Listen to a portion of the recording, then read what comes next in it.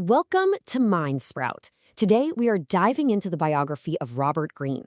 He was a pioneer, a celebrity author, and a brilliant scholar. So, who was this guy? And what on earth pushed him to write one of the most famous literary attacks in history, aimed directly at a young William Shakespeare? So, these words you're seeing here, they are the last explosive words of Robert Greene, published right after he died. It's this venomous rant that has echoed through centuries, and it was aimed squarely at a rising star from Stratford-upon-Avon. But to really get why this was such a bombshell, we've got to go back and figure out who Robert Greene actually was. You see, before all the bitterness and the scandal, Robert Greene's life didn't start that way at all. It started with a ton of promise. This was a guy who was supposed to be a big deal, a man whose education should have guaranteed him a spot among England's literary elite. I mean, just look at this resume. It's seriously impressive. He earned degrees from both of England's top universities, Cambridge and Oxford. That was a really rare achievement, and it put him in this exclusive club of playwrights they called the University Wits. This was a crew of guys like Christopher Marlowe, who basically thought that because they went to the best schools, they owned the London stage. But even the very beginning of his life is a bit of a mystery. Scholars can't even agree on what his dad did. Was he a humble saddler, which might explain why Greene was so good at writing about gritty, low-life characters? Or was he a more well-off innkeeper, which suggests Greene was a guy with big ambitions who maybe felt like he never quite made it?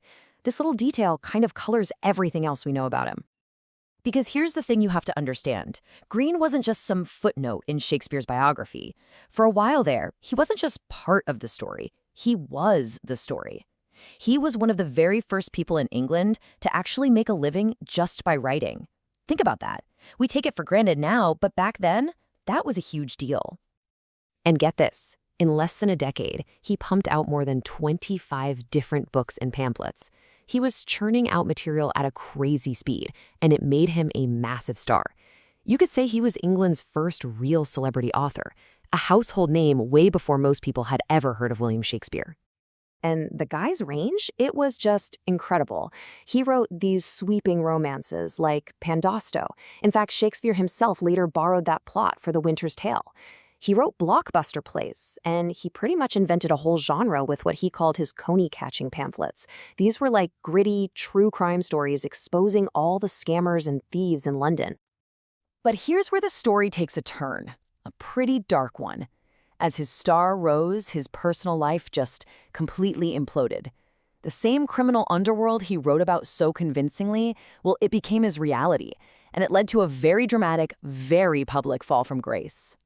And we're not talking about stuff he made up for his books. This was his real life. He reportedly abandoned his wife and their child, blew through her dowry, and shocked up with the sister of a notorious gangster known as Cutting Ball. They had a son together who he named, get this, Infortunatus, as in unlucky. You just can't make this stuff up.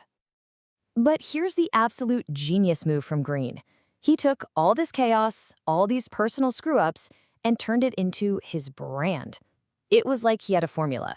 Live a scandalous life, write about the shady world you know so well, but frame it all like you're this repentant sinner who's seen the light. His messy life became his best-selling product.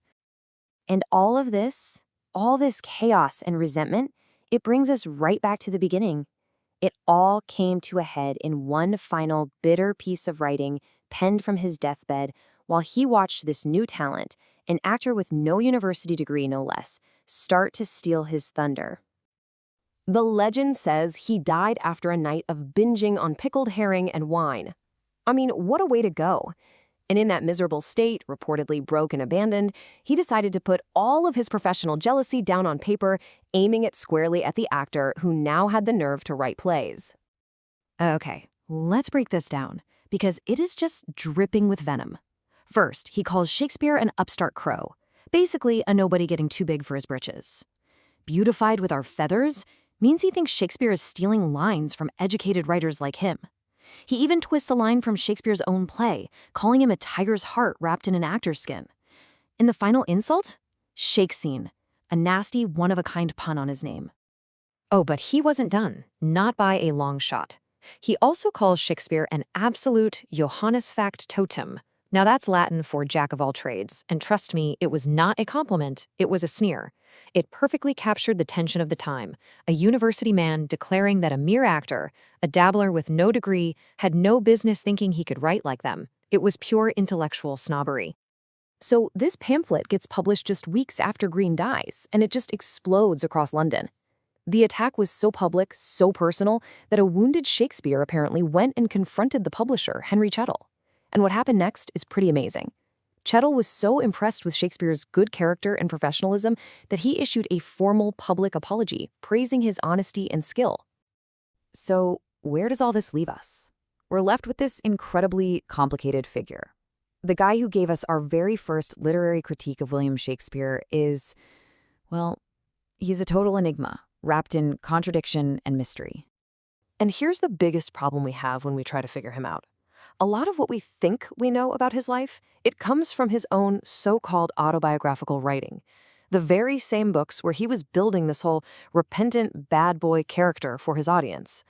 So how do you possibly untangle the real man from the myth he so expertly sold to the public? So what's the big takeaway here? Who was Robert Greene, really? Was he just a bitter rival, a jealous hack who couldn't stand to see some guy without a college degree outshine up? Was he a genuinely repentant sinner, trying to send one last warning to his friends from beyond the grave? Or, and this is the fascinating possibility, was he simply literature's first great master of spin, making sure that even from his deathbed, he was the one telling the story? That's the question his life leaves us with.